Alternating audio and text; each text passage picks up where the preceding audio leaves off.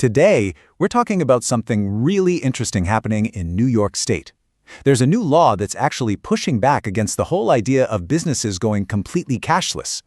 You know the scene. You walk into a coffee shop or maybe a cool food truck, you go to pay, and you see that little sign. It's everywhere these days, right? It feels like the future. But in New York, that simple sign could now land a business in some pretty hot water.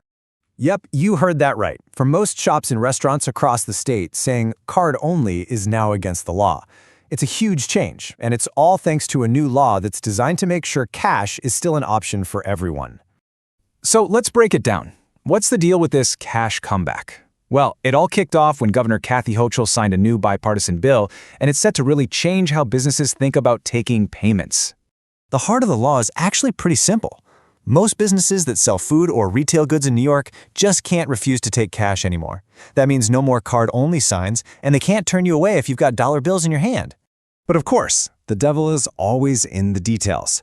So who exactly has to follow this new rule? And what happens if a business just doesn't? Okay, first, let's look at the timeline. The bill was officially signed into law in December of 2025. Now, businesses have a little bit of time to adjust. The law officially kicks in on March 20th, 2026. And believe me, they have a good reason to get ready.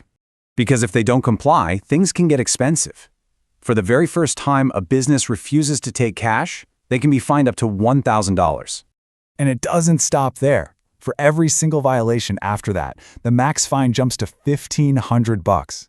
You can see how that could add up really quickly. So who's on the hook here? Well, the law is written to be super broad. We're talking about everything from your local grocery store and restaurants to food trucks and retail shops. Pretty much any place you go to buy things for yourself or your home is covered. But here's where things start to get a little tricky. I mean, it's one thing for a standard coffee shop, but what about those massive venues like stadiums or fairgrounds that have gone almost totally cashless? That's where things get a bit fuzzy. Exactly. What happens at a huge place like the New York State Fair or a big stadium or an outdoor concert venue? A lot of these places have pushed hard for all digital transactions, so it's a big question how this law is going to affect them. But when you dig into the bill, you find a really key difference. It seems anything you buy inside the venue, like food, drinks, a t-shirt from the merch stand, that's covered by the law. They have to take cash for that. But what about getting in?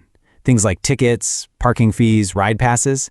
That's more of a legal gray area the law doesn't really spell out yet. So how are these big places going to deal with this? Well, a pretty clever workaround is already in use. They're called reverse ATMs, and you can already find them at places like the New York State Fair. The way it works is brilliant, really. You just walk up to the machine, put your cash in, and it gives you a prepaid debit card loaded with that exact amount. Then you can take that card and use it anywhere in the venue. It's a smart way to let people use their cash while still letting vendors operate without a cash register. This all brings us to the most important question, right? Why? Why pass a law like this when it seems like the whole world is moving away from physical money? The answer is all about the people a cashless society can leave behind.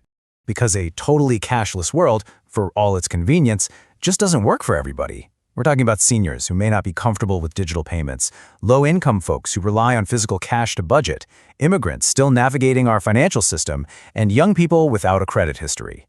And then there are the unbanked, people without any bank account at all. For them, a card-only sign isn't an inconvenience, it's a barrier. State Senator James Sanders, Jr., one of the bill's sponsors, put it perfectly. He said this was all about protecting vulnerable New Yorkers, pointing out that not everyone has access to things like credit cards and smartphones. And Assemblywoman Catalina Cruz said something just as powerful. She argued that being able to buy essentials shouldn't depend on whether you have a credit card. It's about basic financial inclusion. So what does this all mean for the future of how we pay for things? Is this just a New York thing, or could this be a sign of a bigger conversation happening across the country? At the end of the day, what this New York law really puts a spotlight on is this growing tension between two big ideas. On one hand, you have the amazing convenience of digital everything. On the other, you have the absolute need to make sure everyone can participate in the economy. And that leaves us with this huge question to think about. Is protecting cash a vital safety net for the most vulnerable among us, or is it just holding us back from a more efficient, fully digital future? The debate is really just getting started, and the answer is going to shape how we all buy, sell, and live for years to come.